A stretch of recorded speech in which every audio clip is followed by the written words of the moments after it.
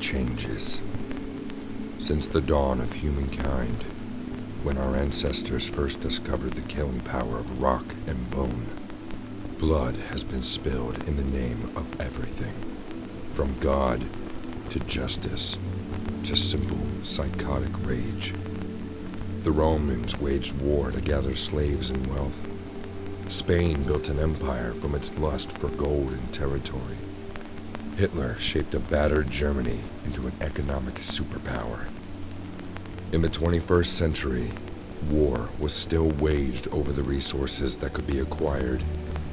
Only this time, the spoils of war were also its weapons: petroleum and uranium. For these resources, China would invade Alaska, and the US would annex Canada, and the European Commonwealth would dissolve into quarreling, bickering nation-states, bent on controlling the last remaining resources on Earth. But war never changes. In the year 2077, after millennia of armed conflict, the destructive nature of man could sustain itself no longer. The end of the world occurred pretty much as we predicted.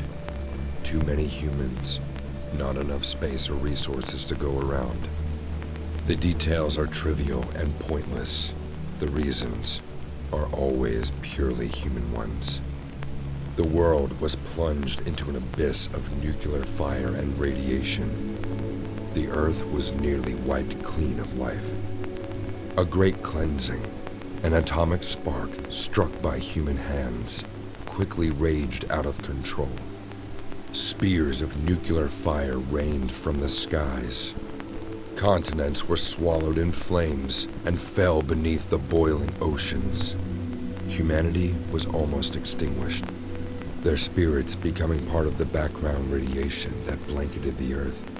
In 2077, the storm of the World War had come again. In 2 brief hours, most of the planet was reduced to cinders.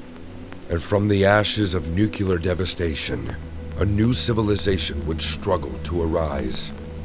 But it was not, as some had predicted, the end of the world. Instead, the apocalypse was simply the prologue to another bloody chapter of human history. For man had succeeded in destroying the world, but war never changes. A quiet darkness fell across the planet, lasting many years. Few survived the devastation. In the early days, thousands were spared the horrors of the Holocaust by taking refuge in enormous underground shelters known as vaults. But when they emerged, they had only the hell of the wastes to greet them. Their inhabitants set out across ruins of the old world to build new societies, establish new villages, forming tribes. But the scars left by the war had not yet healed, and the Earth has not forgotten.